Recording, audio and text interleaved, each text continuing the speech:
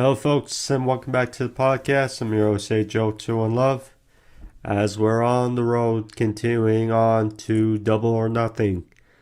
And AEW Dynamite has come and gone from Wednesday, from May 16th edition of Dynamite, or May 15th. Either way, Double or Nothing is on May 26th, and turns out it will be a pretty interesting card. As wrapped up as of recent now. Some new additions from Wednesday, and certainly seems like it'll be a fun card. At least the build, we can definitely say, has been give or take, but alas, from the card, bird's eye view, it looks like a fun card to enjoy. But we'll talk about Dynamite and news happening surrounding AEW going into Las Vegas. But yeah, some good stuff to talk about. So I guess first we gotta talk about is Eddie Kingston. So, Anarchy in the Arena. That's pretty much the second biggest match on the show outside of Swerve vs. Christian for the World Heavyweight Championship in Vegas. But Anarchy in the Arena, labeled Team The Elites versus Team AEW. And last week, it was started as Young Bucks, Kazuchika, Okada, and Jack Perry versus FTR, Bryan Danielson, and Eddie Kingston. Now, FTR, you get, as I said, Bryan Danielson, Eddie Kingston. They make sense in a way. However, when you think about it, so Eddie Kingston coming off that match versus Okada, it led into the House Black little feud, and then now we're back to Elite. And then Bryan, after that great match of the year, Kennedy versus Will Ospreay, and Will Ospreay is not or happy about using the Tiger Driver anytime soon because of what happened to Bryan, and now he's happy and looking forward to Anarchy in Arena. It's kind of a weird thing to think about, or weird thing to reflect on, but I guess you gotta look at everything going into the build, and nonetheless, so that was the match that was scheduled to be for Vegas. So then Saturday was New Japan Pro Wrestling Resurgence in California. And Eddie Kingston defended his New Japan Strong Openweight Championship against Gabe Kidd, who, by the way, I'd say is one of my favorites. He does seem a little obnoxious sometimes, but I tell you, that's his heel character and does a heck of a job. Anyway, So I believe it was a no top rope last man standing match. And Kingston lost and had a bad injury, it looked to be, during the match. And afterwards, the Young Bucks came out for the attack. And then it was billed that Eddie Kingston is out for the match. He's injured. And at the end of the show, we found out that Darby Allin is filling in for the main event. Yes, Darby Allin. The guy that...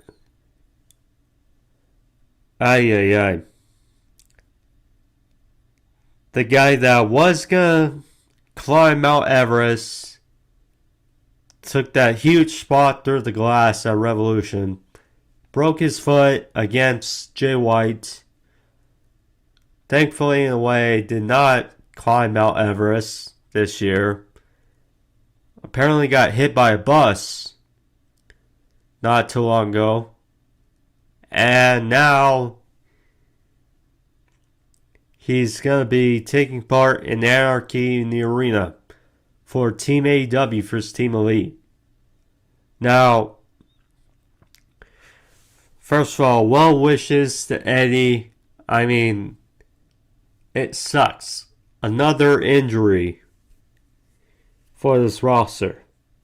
Because MJF is still out. I'm guessing he's had surgery by now. Kenny Omega, it's going to be a bit before we see him back in the ring. Yes, we saw him a couple weeks ago, but, he's still not 100%. And then Adam Cole walking again, thankfully, but it does suck how the Undisputed Kingdom, their momentum has been really delayed ever since, or has not been what it could have been if Adam Cole was healthy.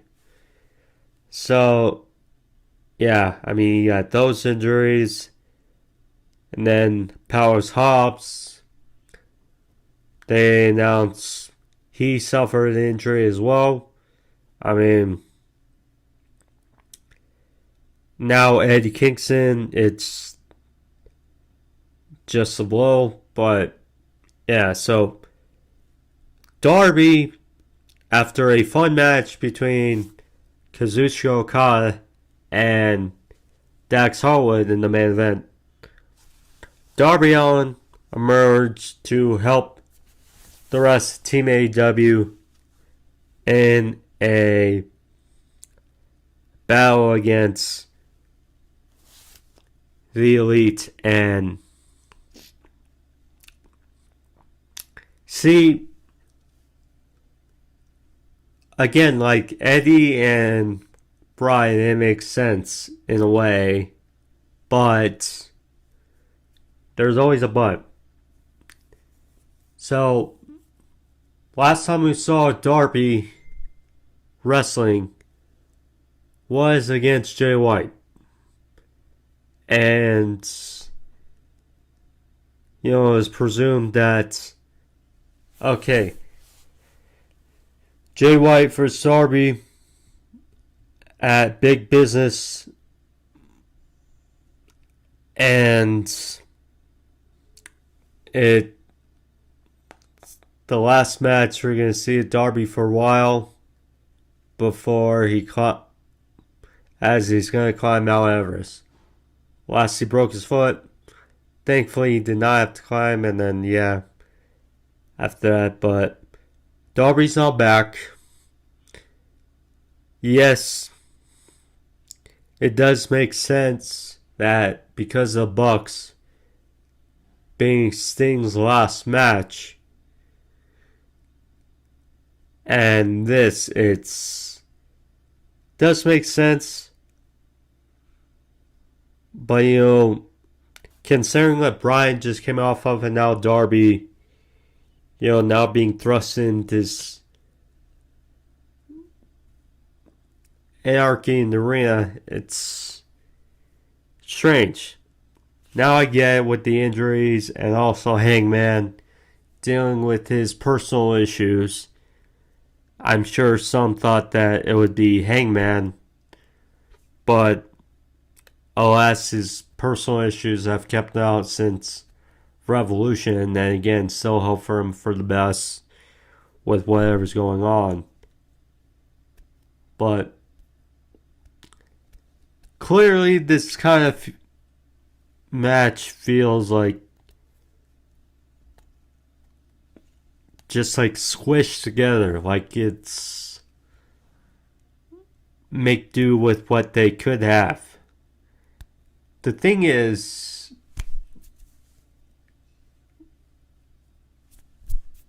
and I think many could agree, this match shouldn't be a Kickstarter for a feud. It sounds like a ender of a feud. So,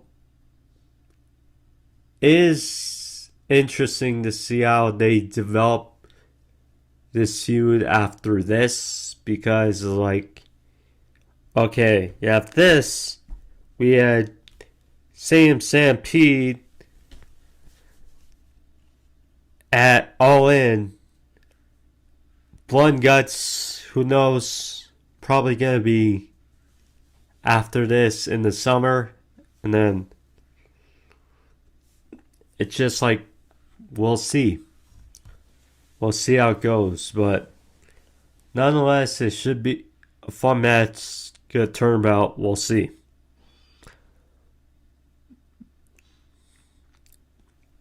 The other big addition, which is a match that's been seemingly in the weeds for a bit, and it was pretty much all but confirmed. But over the weekend, Adam Copeland, the Radar superstar, called out Malakai Black for a barbed wire steel cage match for the TNT Championship at Double or Nothing. And I mean, right off the bat, that just sounds brutal, that sounds entertaining, that sounds like whatever you expect. And we got a fun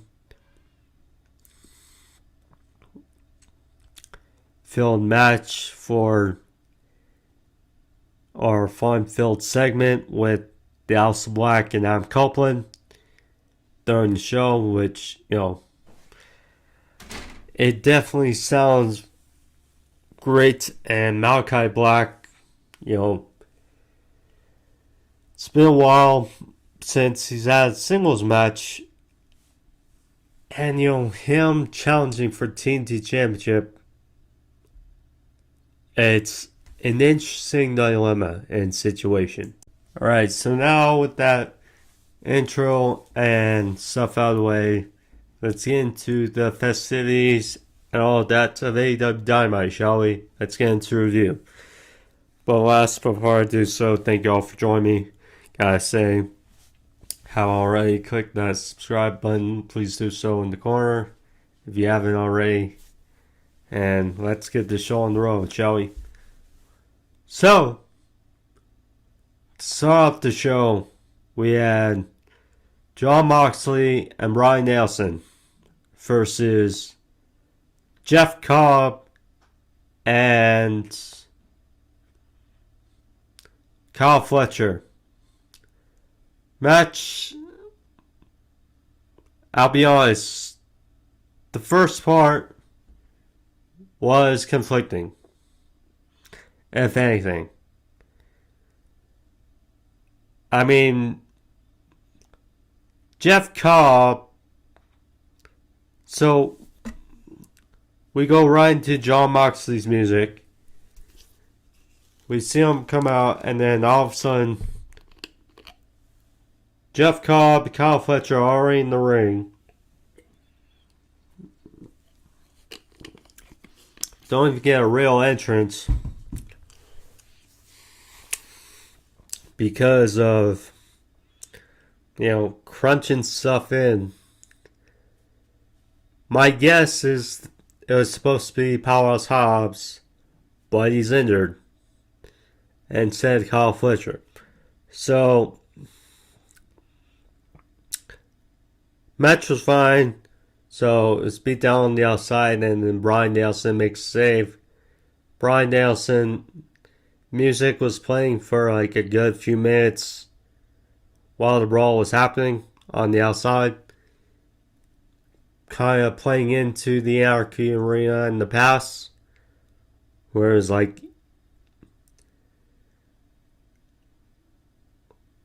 Wild Things playing one Anarchy in the Arena for like 5 minutes or something. It was joy. It kind of felt like a bar fight type of feel.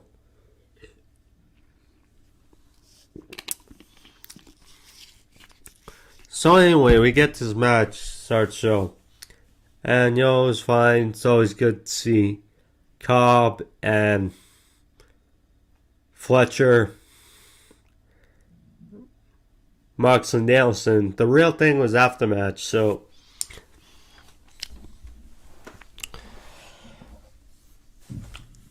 Fletcher spinning tombstone, or I got the notes here. So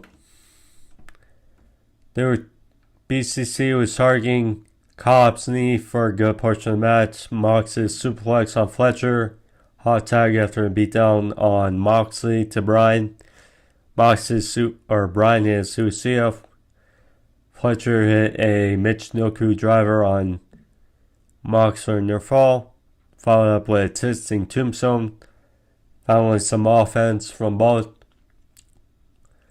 Kind of pinball-like offense between BCC and then Death Rider on to Fletcher for the win. So, after the match, because another match they've been teasing. So, which was made official as well. There's one little thing. So, Konosuke Takeshita has been making his presence felt and his intentions known to vie for the IWGP World Heavyweight Championship. Now, so after the match, he attacked Mox, him with an electric chair, beat down and sued by the heels. And then after, Claudio came out with like a crowbar and fended off the Don Callis family and Jeff Cobb. And there was that. But they made it official last night, as it will be Jon Moxley versus Konosuke Takeshita in a IWGP World Heavyweight Championship eliminator match. If there's any gripe about this match, it's that it's an eliminator match. I mean, I think we can all agree that just having non-title matches is better than eliminator matches. Just saying those words and stipulations is just annoying at this point. And the fact that it's on a pay-per-view and you're already having this match, why not just make it for the championship because there's no way Takeshita is going to win this match. I don't think. So, that's my own gripe. But, should be a fun match. It'll definitely add to the pay-per-view, I will say. Swerve Strickland next, the AEW World Champion. So they showed some highlights and stuff about him being on talk shows in LA and Washington about the AEW World Champion, doing interviews, etc., radio, and it's great to see for certainly World Champion. They showed some headlines with Swerve's name, good stuff. Basically just replaying or recapping what's been going on between Christian and Swerve the last couple weeks.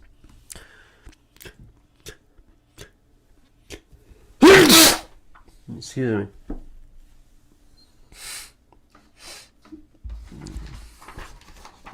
So yeah, cool stuff here. I have Swerve and Bryan Cage.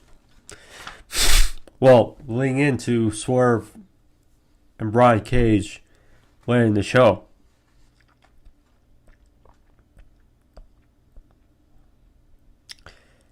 Adam Copeland. So I mentioned the very good segment between him and Alice Black. So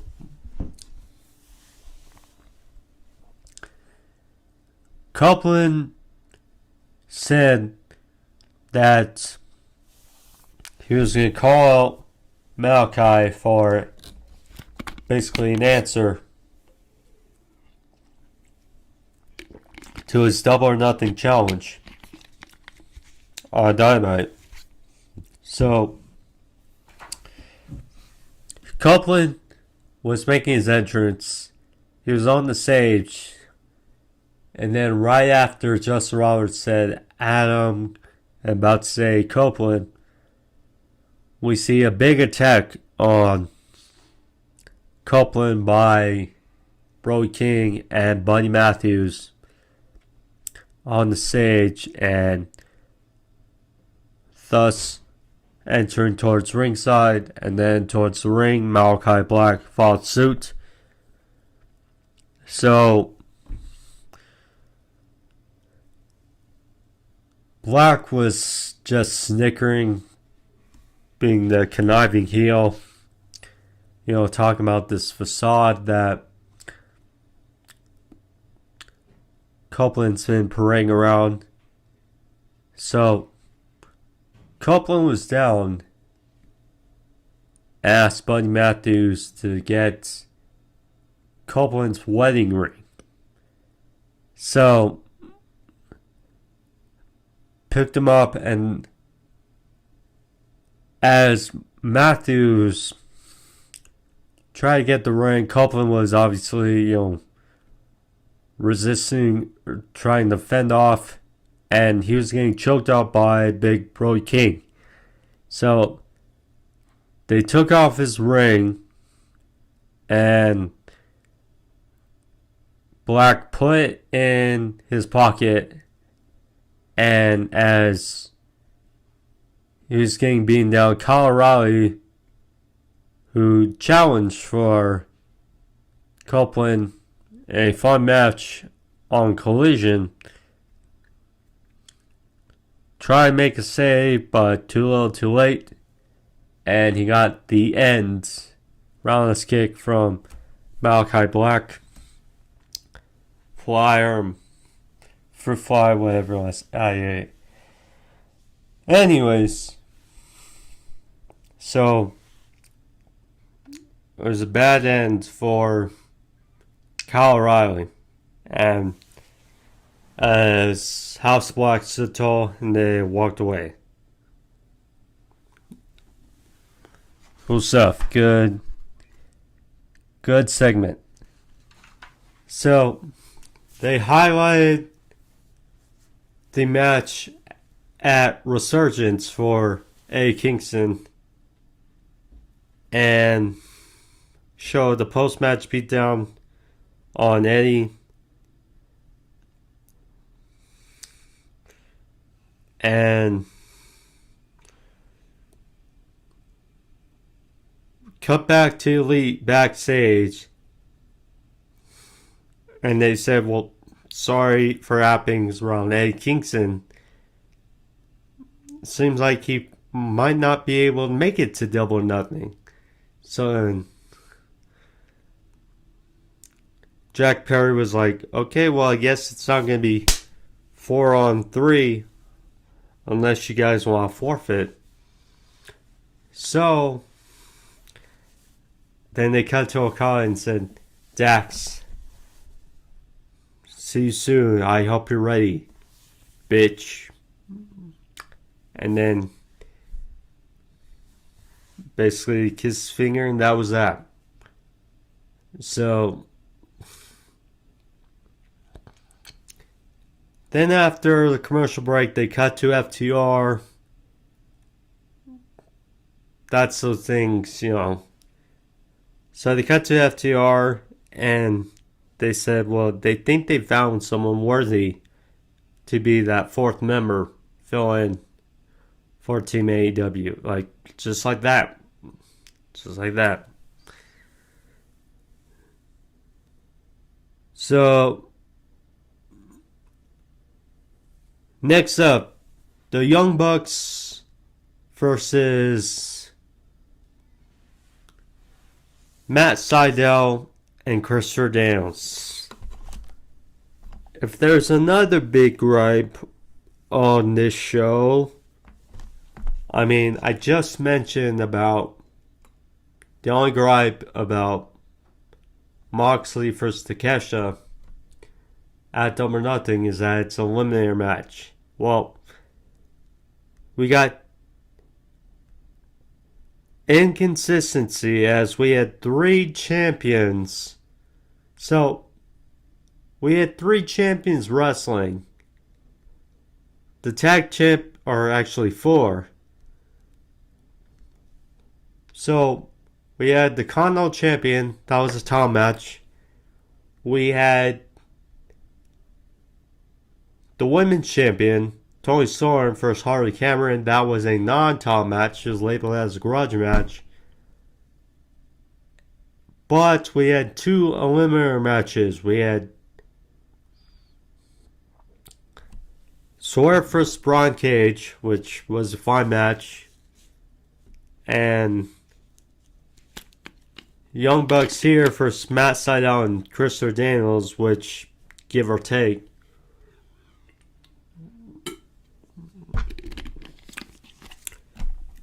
I mean, look.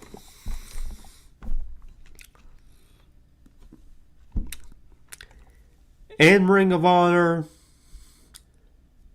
and in TNA, I was a big fan of Christopher Daniels. And even so, I'm a fan of Christopher Daniels. But seeing him wrestle now in a eliminator match in 2024, it's not my cup of tea.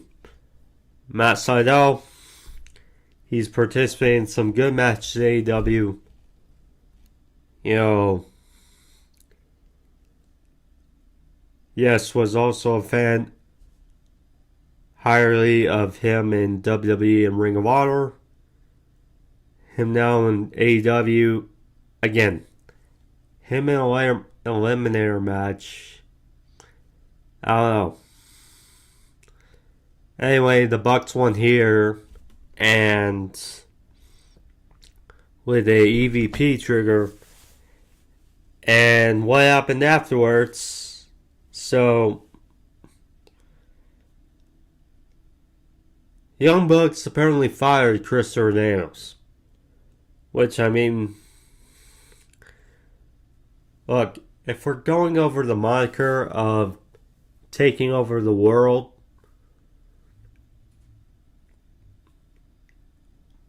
And it's like, okay, you attack Tony Khan, you attacked Kenny Omega, and you fired Christopher Daniels. I mean, Tony Khan, okay. Kenny Omega.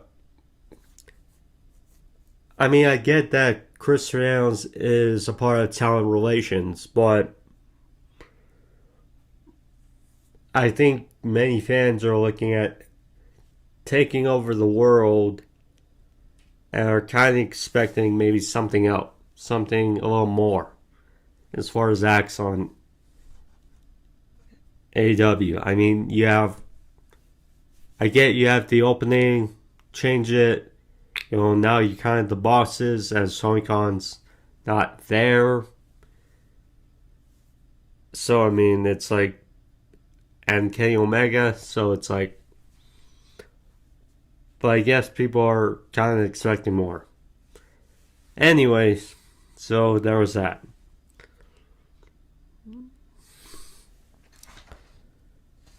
Toni Storm. My oh my, is Toni Storm hilarious with what she does for AEW now. It's just hilarious, her gimmick. She thanked Suri D for knocking her out last week so she didn't have to listen to her sob story anymore. And she was annoyed, though, that Saraya, Mariah May, and Luther, apparently, they announced that they were all banned from ringside for this match between Toni Storm and Harley Cameron. So, there was that. Yeah. It's hard to say all what she said, but I mean, just hilarious in her demeanor, and Mariah May's just feeding off it. I mean, it's like Mariah May to take the dollar off Tony. That seems like the logical outcome. Malakai Black. So, we didn't get an answer in this segment from Black. But we saw a video where he had Copeland's wedding ring. And he was like, so what has he gained from this match? So, when we're locked in the cage at Double or Nothing, and when I beat you, which I will, and take your title, he said to Copeland, you will bend the knee to the House of Black. So, interesting stipulation towards this. It's going to be a hell of a match.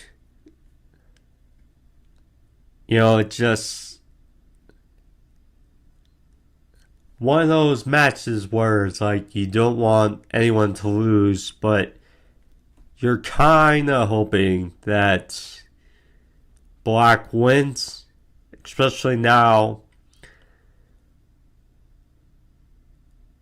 The fact that it's a barbed wire steel cage match, you kind of have to have a winner at the pay-per-view, so it's like,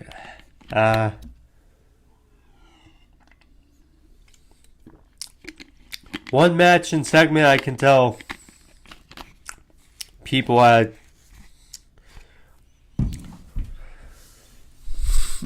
conflicting feelings about. So, Hook, he returned. He faced some jobber. Anyway, really quick. Red Room, the guy tapped out. Anyway, so after, Hook said this isn't what he came here for. I mean, really, the match wasn't even needed. Hook was out there and said, what I am here for is for Chris Jericho and his AEW or his FTW championship. So, by the way, Taz back on commentary this week. Good. Good that Taz feeling better. So, the learning tree, Chris Jericho. Another gimmick for Chris Jericho. Which, in a way, it's growing. In a way, it's... I don't know.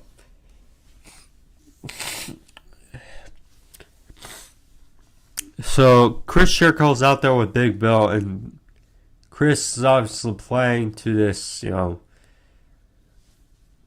good guy that is a heel that knows he's not well liked, but playing into that he's a heel or knows it. So Jericho said it's good to see Hook back after he blatantly hit himself in the face with a baseball bat at Dynasty. Said, yeah, it's good that he enjoys sharing the spotlight with someone else. He just loves it and being on AEW. So he's glad that he was called out.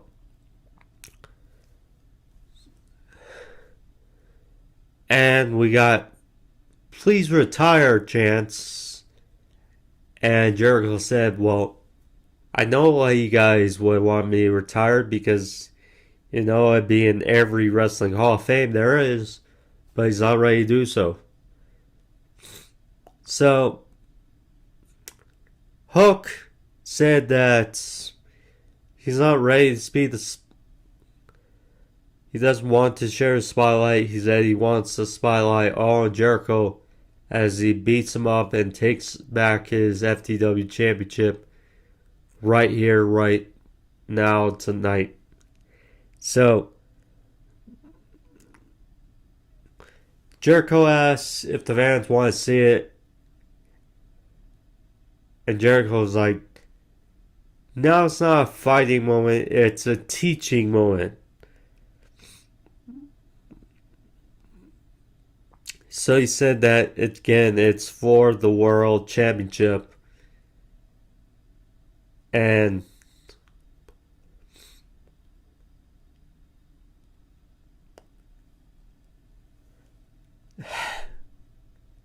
Jericho said that Hook is going to be in some qualifier matches on Collision. And saying that if he wins, then maybe he'll get a shot again at Jericho. And Hook did mention that, hey, that sounds great. You know what else sounds great, Chris? He basically swatted him in the ear with the microphone. And then Bill looked flabbergasted. They fought into the corner and then finally numbers, but then Shibata saves Hook. So it's like, yeah.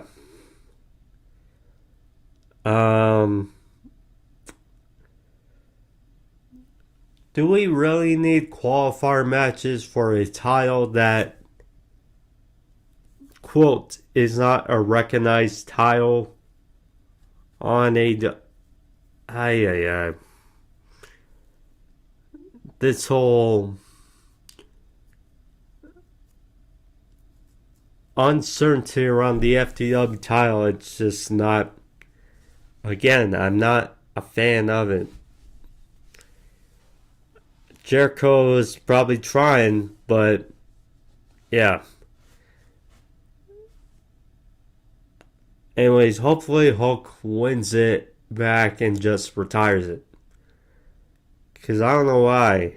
It just doesn't need it. Especially now that Team Taz is done. It's... yeah.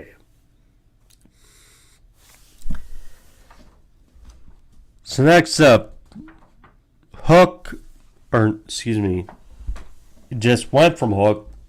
Swerve Strickland versus Bryan Cage. Good little match here. So Swerve was working on the arm, the power hungry big guy in Bryan Cage. Again, 5-match here.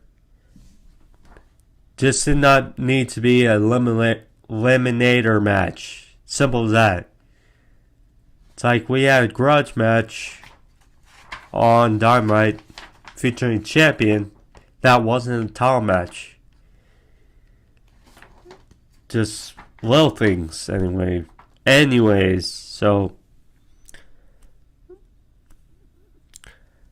good little spot here when Swerve went for a suicide, but was caught by Bryan Cage, and then wound up back on the apron. Landed some big stomps on Bryan. They were fighting on the outside for the majority of the break. Back in the ring.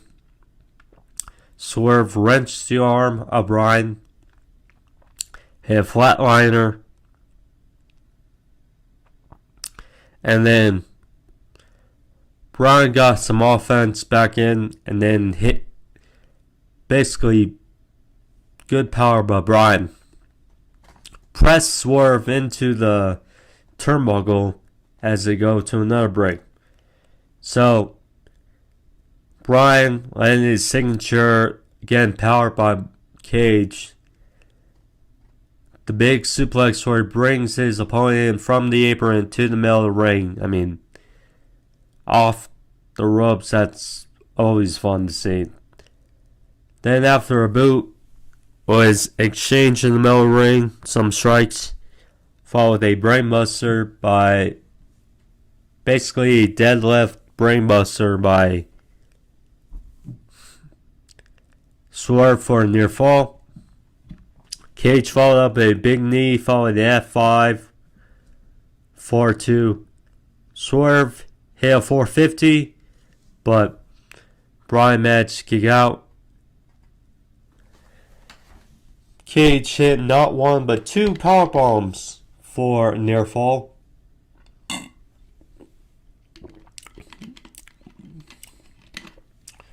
Cage went for another, but Swerve counted to a swerve stomp midair and then stomped on the arm, the injured arm of Bryan, and then hit the house call. 1, 2, 3. And then there was that. Swerve wins. Afterwards, so Swerve looked like he was about to land a concerto on Bryan's injured arm. Because if you're wondering,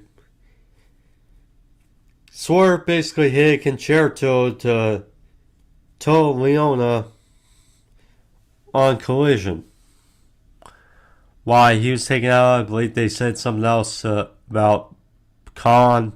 There you go. So,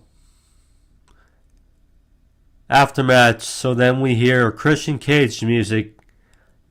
He and Mother Wayne, Shayna Wayne, on the apron, or on the stage, and being stared down with Swerve, who's got a sick look in his eye as he's about to sandwich Brian Cage's arm.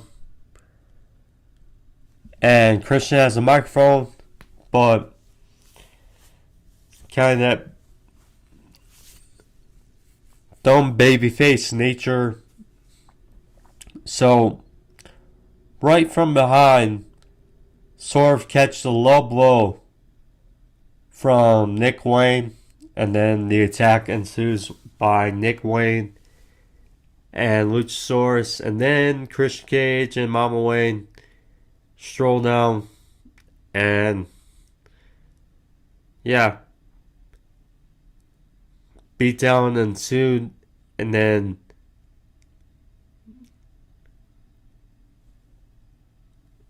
Nick Wayne, this was something. So, bit of similar fashion as Nick Wayne was beaten down by Swerve and Ariel Fox at the Wayne compound. Nick Wayne had a painting of or a framed picture of Swerve's family. And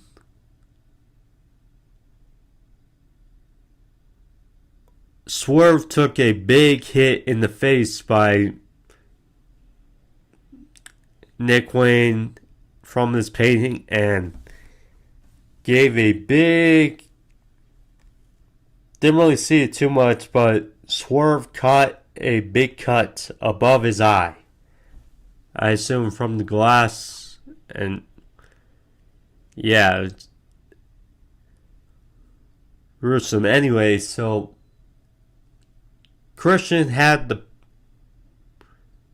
the picture and was asking,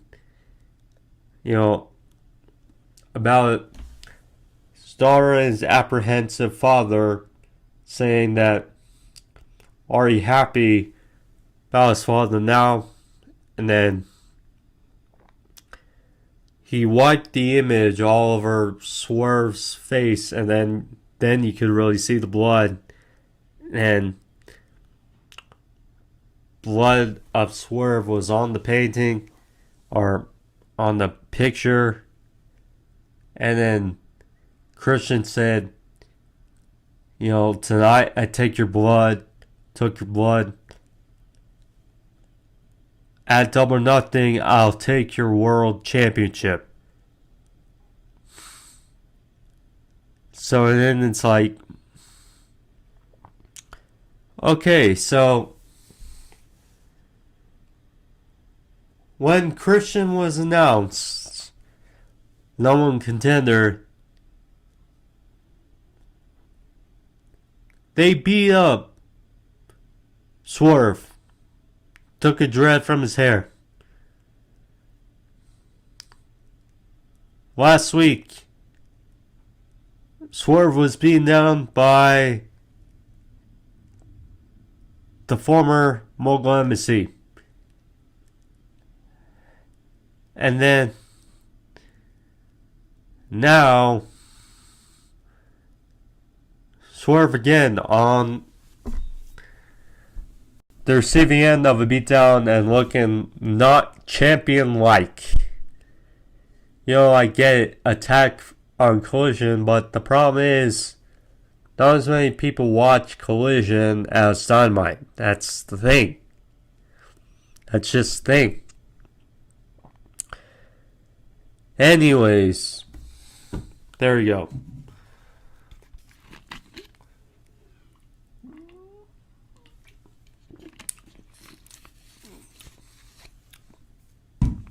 But yeah,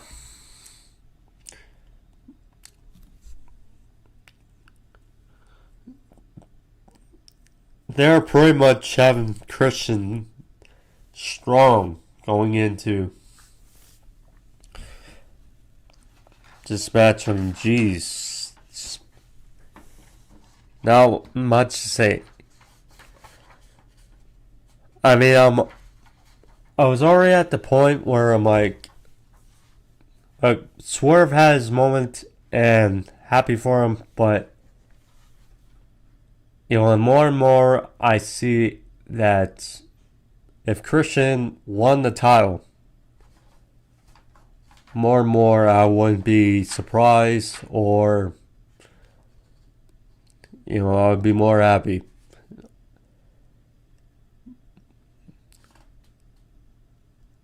So Hook and Shabbat, they were backstage with Renee, asking about what happened with Jericho, and Shabbat, with his translator from his phone, is like he still wants another shot at Jericho. And then Hook basically said, well, being in the minds, take care of Jericho, and then one-on-one, so be it. So all of a sudden, this was a surprise. Samoa Joe came in and then tried to line up Hook, saying like Hook needs to focus better, and then maybe be a killer, and then Swerve or Samoa Joe just destroyed out. And then Hook was pissed, saying, I'll fight you, Joe, as well. The only time we saw Samoa Joe on television after losing his title was against Isaiah Cassidy. So, it's not too sure what they have lined up for Samoa Joe next.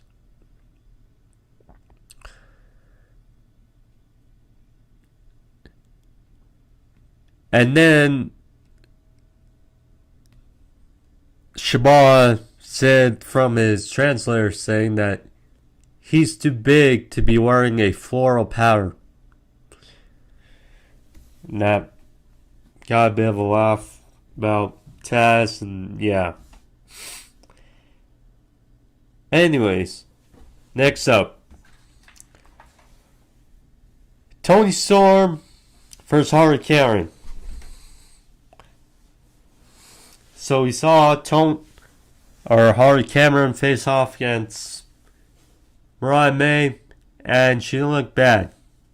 She looked decent. And, it's like only so much you can see person in segments before it kind of gets tireless. But now we're finally seeing her in the ring multiple times, and here she is against Toni Storm. An non-title match, a grudge match. So Serenity was on the stage, and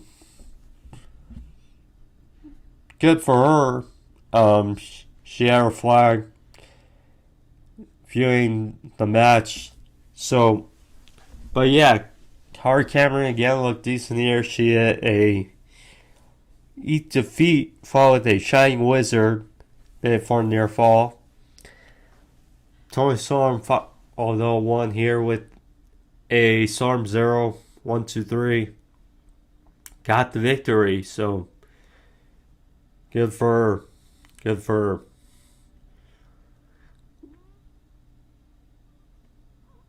Or more momentum, and yeah. Toni Storm for Serena Deep, gonna be a fun match at Double or Nothing. Will Ospreay and the Kingdom, they were backstage. So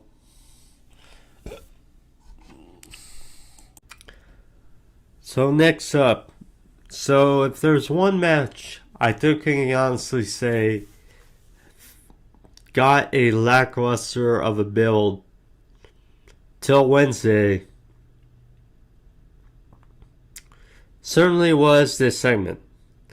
So Ospreay when he's the number one contender for the international title, I mean, well, so he faced Lee Moriarty last Saturday on Collision, and Roddy and the Kingdom were on commentary, and locked eyes with Kingdom, and then instead of hitting the Tiger Driver, he hit the Stormbreaker, which I don't think he's hit since he's been part of AEW now. It's... and then a beatdown after, and then not very much. But I can see why people get restless. But anyway, this segment, very fiery and very good.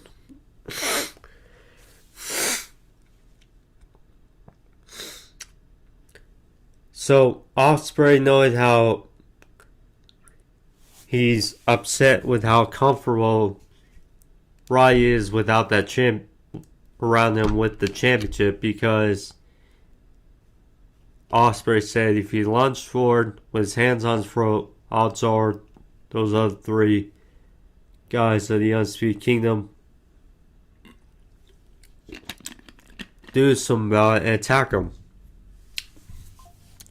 Plus, it's due to the lack of respect he feels likewise, because he doesn't respect Roddy, not because of his ability, but because he's always looked down on him when it's Ring of Honor, PWG, etc., AEW coming here. And Roddy, boy, is good hearing him speak, have a promo or something, because he knows that doesn't respect well, because even though he's has a missus, stepson, he's not changed. Likewise, he doesn't respect him for outside, saying that he's a child. He's been a big child, and that you haven't changed. And, well, plainly said, well, you'll find out at Double or Nothing that when we go head to head that I am the internationally best pro wrestler on the planet, and you'll find out why I'm Will Ospreay on another level. This was heated, this was fun, this was exactly what this match needed. It was fun. Great to see. Well, for Roddy, it's going to be good. Certainly at Double or Nothing. One thing we can agree is that it sucks that Roddy going to be losing his title.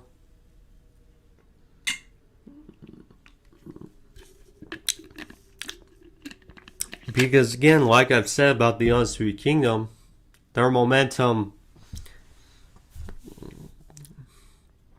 since the Cowless Adam Cole hasn't been wrestling since the Undisputed Kingdom was formed kind of dampers it. And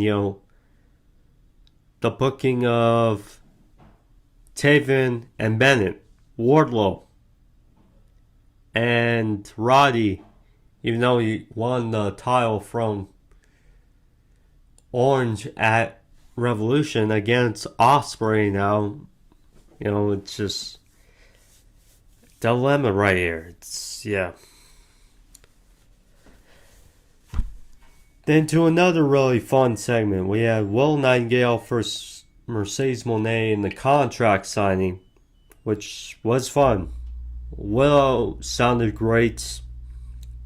Probably the best she sounded in her career against Mercedes, which, pivots better as a heel. She was obnoxious, whatever you want to say during this segment, but definitely worked for Willow. Talking about respect, talking about legacy. She talked about, and then Mercedes talked about, Willow wouldn't be here if it wasn't for her, saying that losing to her would be still her biggest accomplishment in her career. Saying, taking a look at the face of TBS, like side Willow, and then Willow responded, last time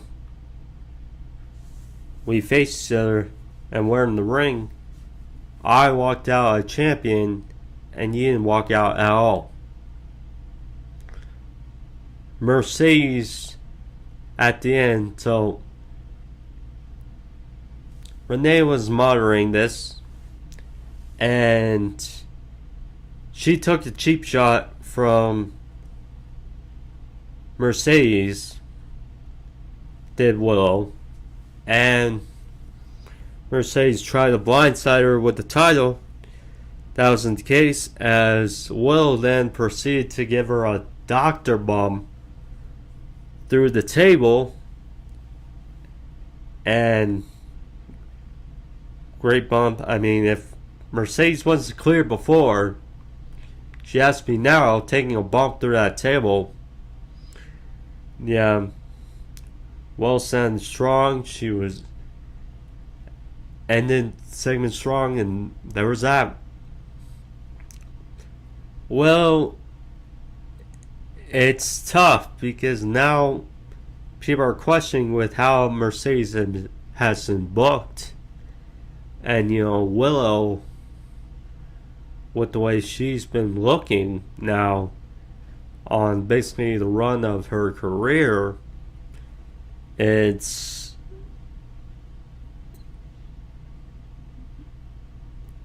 poses an interesting dilemma going into Double or Nothing,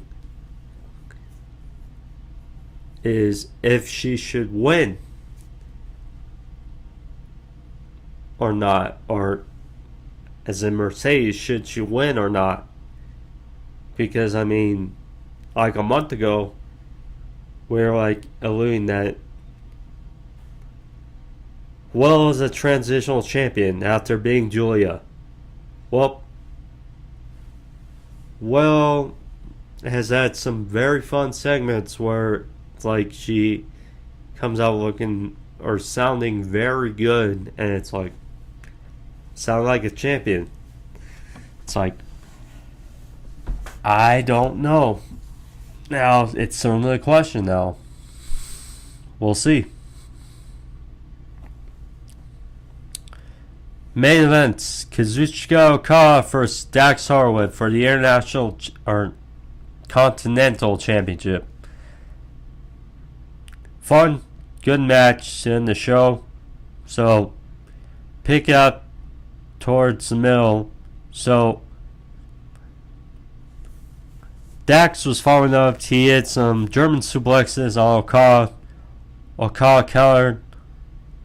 They had an exchange, but then Dax managed to land a dragon suplex for separation. Dax was thrown to the turnbuckle. Okada landed an arid crash neckbreaker for a near fall.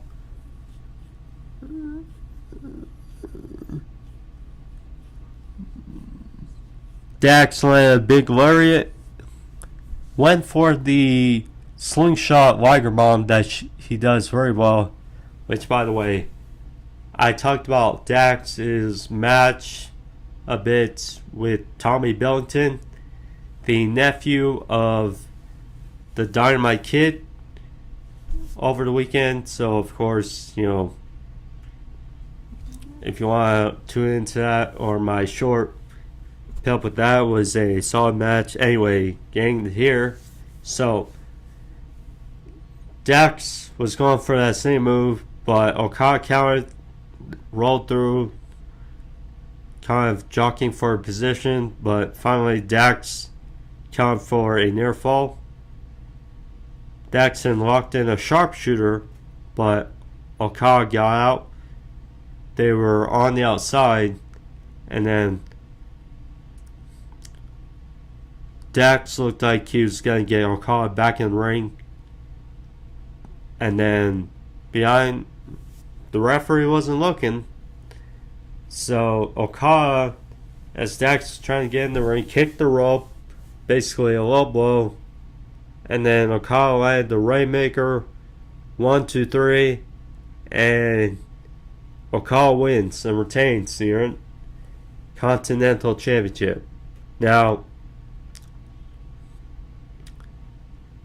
Dax, the rankings, if you know about the rankings still, then this will obviously upset you. Yes, this makes sense as far as their match at the pay-per-view. But as far as the rankings, this will annoy you.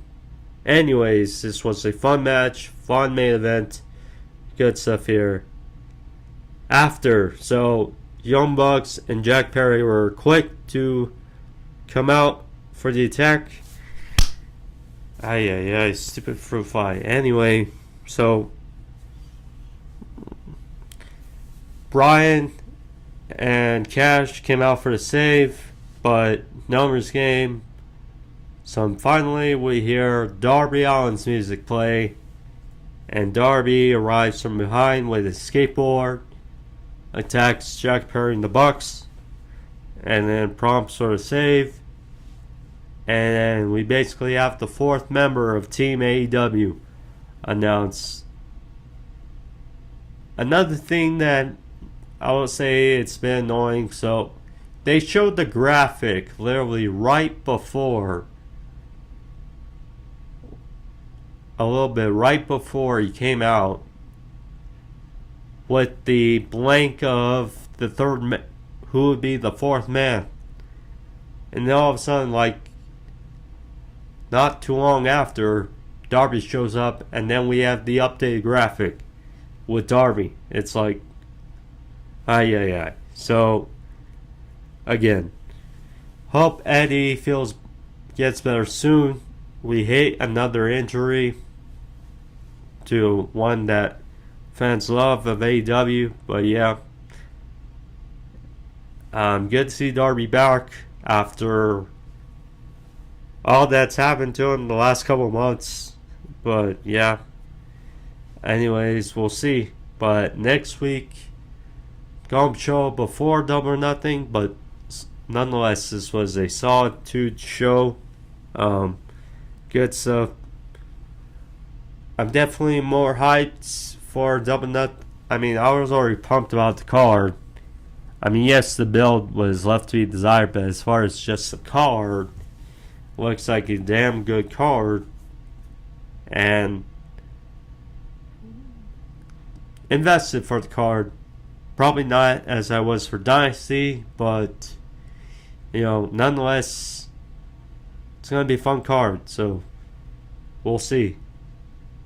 Anyways, guys, that is Dynamite. That's a review for you guys. Hope you guys enjoyed it. If you did, of course, subscribe. If you haven't, hit the like button if you guys like this video, or if you just want to help the video or the channel. Thank you guys all. Be safe. See you guys next week. I'm HO2 Seeing you guys next time. Adios. Peace. Although we'll have to see when King of the Ring comes out for Saudi, and then I'll probably do a review on that. Seems like it's going to be either Saturday or the week after. So stay tuned, guys. Adios and peace.